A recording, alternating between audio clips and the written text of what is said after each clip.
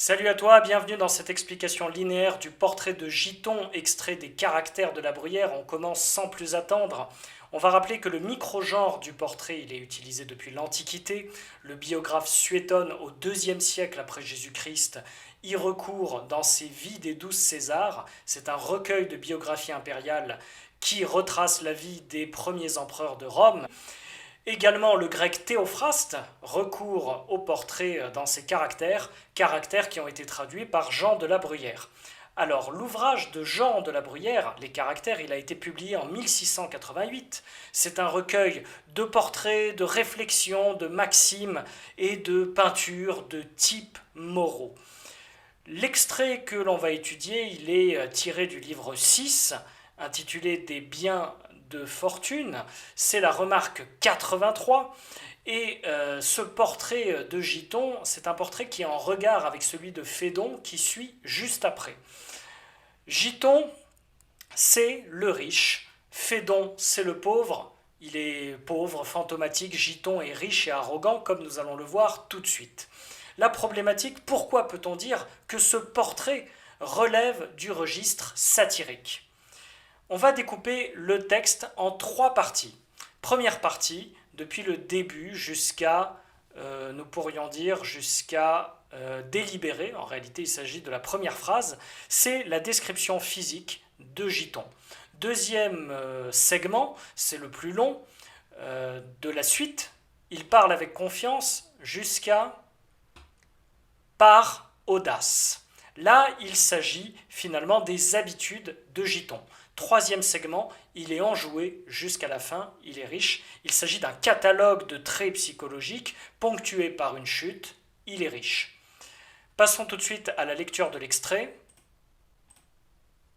Giton a le teint frais, le visage plein et les joues pendantes, l'œil fixe et assuré, les épaules larges, l'estomac haut, la démarche ferme et délibérée. Il parle avec confiance, il fait répéter celui qui l'entretient, et il ne goûte que médiocrement tout ce qu'il lui dit. Il déploie un ample mouchoir et se mouche avec grand bruit. Il crache fort loin et il éternue fort haut. Il dort le jour, il dort la nuit et profondément. Il ronfle en compagnie. Il occupe à table et à la promenade plus de place qu'un autre. Il tient le milieu en se promenant avec ses égaux. Il s'arrête et l'on s'arrête. Il continue de marcher et l'on marche. Tout se règle sur lui. Il interrompt, il redresse ceux qui ont la parole. On ne l'interrompt pas, on l'écoute aussi longtemps qu'il veut parler. On est de son avis, on croit les nouvelles qu'il débite. S'il s'assied, vous le voyez s'enfoncer dans un fauteuil, croiser les jambes l'une sur l'autre, froncer le sourcil, abaisser son chapeau sur ses yeux pour ne voir personne, ou le relever ensuite et découvrir son front par fierté et par audace. Il est enjoué, grand rieur, impatient, présomptueux, colère, libertin, politique, mystérieux sur les affaires du temps. Il se croit des talents et de l'esprit, il est riche. Giton, je reprends le début du texte. Giton a le teint frais, le visage plein et les joues pendantes. Nous assistons ici à une description physique. Il a le teint frais, donc on observe la présence du vocabulaire du corps, le teint, le visage, les joues, l'œil, les épaules, l'estomac, etc. C'est un vocabulaire qui est simple. On trouve des adjectifs qui sont mélioratifs avec la démarche ferme et délibérée. Alors, mélioratif peut-être seulement à prime abord. De prime abord.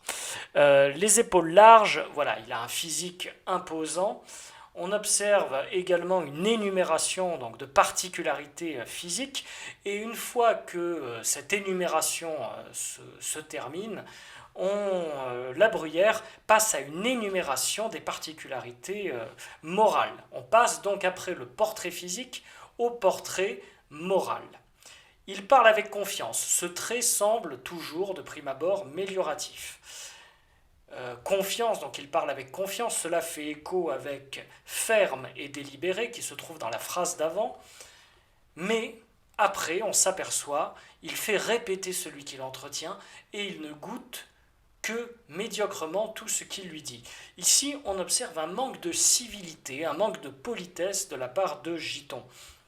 Alors évidemment, c'est un trait négatif et on va voir que des traits négatifs, il y en a d'autres. Ici débute également le présent d'habitude, le présent que l'on peut appeler aussi itératif. Alors en réalité, on l'a déjà auparavant, avec il parle avec confiance, il fait répéter celui qui l'entretient. Voilà, c'est ce deuxième segment du texte qui est caractérisé par le présent itératif. Il déploie un ample mouchoir et se mouche avec grand bruit. Ici, c'est un détail trivial. Le mouchoir, se moucher, ce n'est pas une remarque agréable. Giton n'apprécierait sans doute pas qu'on parle de la façon dont il se mouche.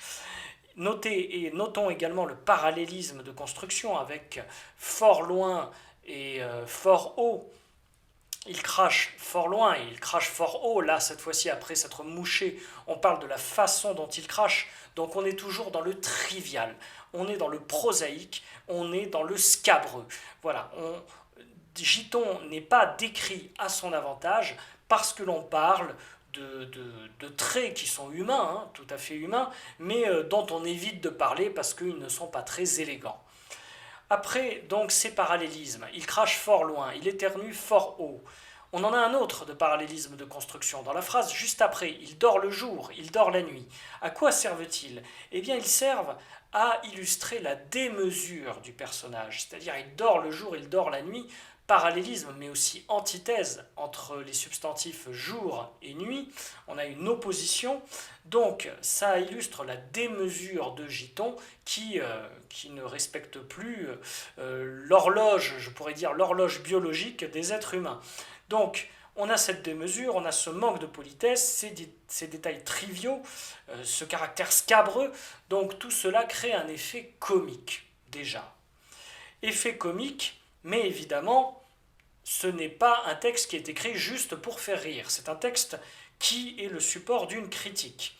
Donc, si on a une critique et le registre comique, on va parler de registre satirique, finalement. La satire, donc, c'est se moquer de quelqu'un, critiquer quelqu'un en usant de dérision. Remarquez que les phrases, je te vous vois, je te tutoie, on va se tutoyer. Remarque que les phrases sont courtes, les segments sont courts. Alors oui, on a des phrases courtes, mais on a aussi des segments de phrases qui sont courts.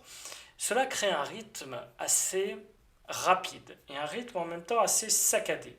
Alors, on va voir donc ce rythme rapide, ce rythme saccadé, hein, c'est comme une juxtaposition, une somme d'éléments qui s'assemblent comme un puzzle pour construire l'image de Giton.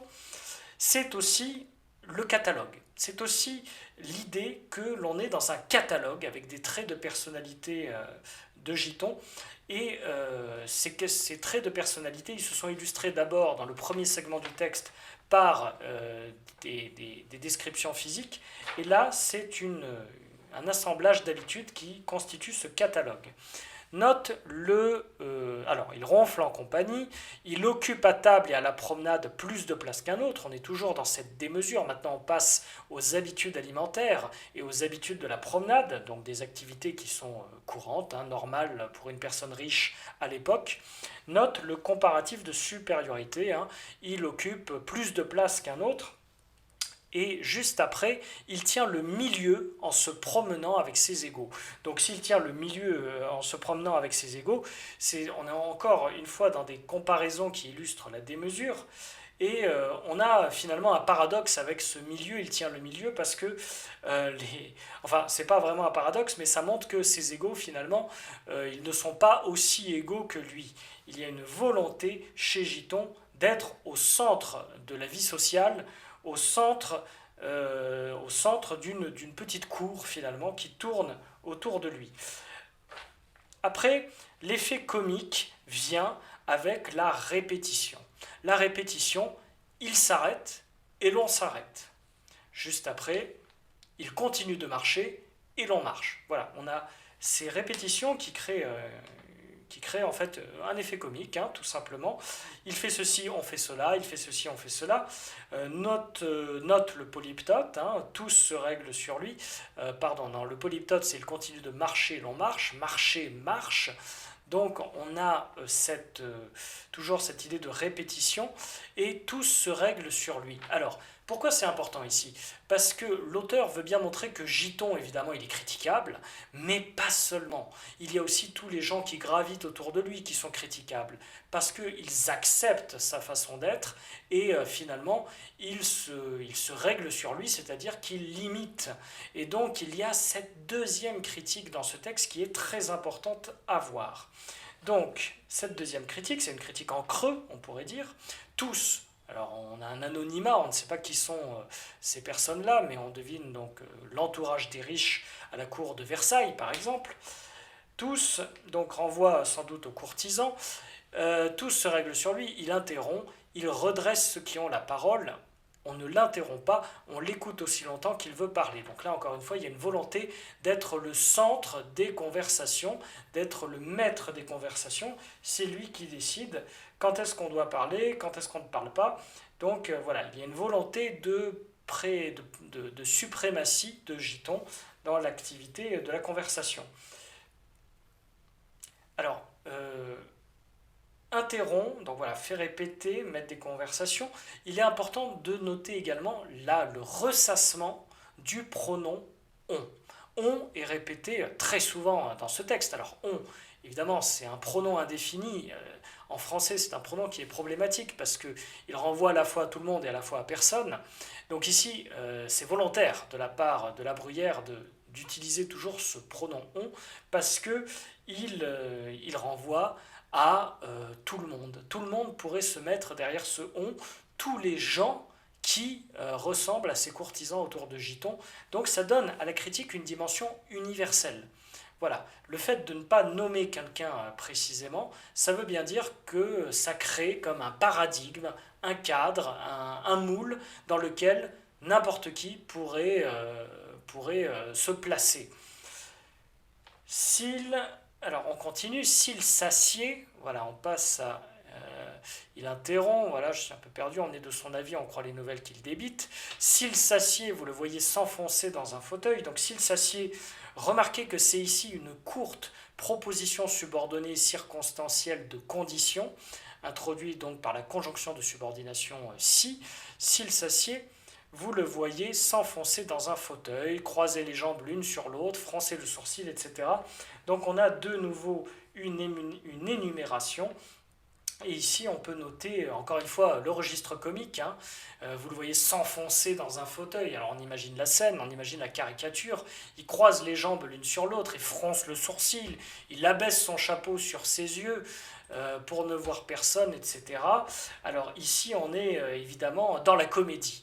On est dans le comique de geste. Alors c'est évidemment Giton, un personnage de comédie. Ici, je crois que ça apparaît de façon très claire.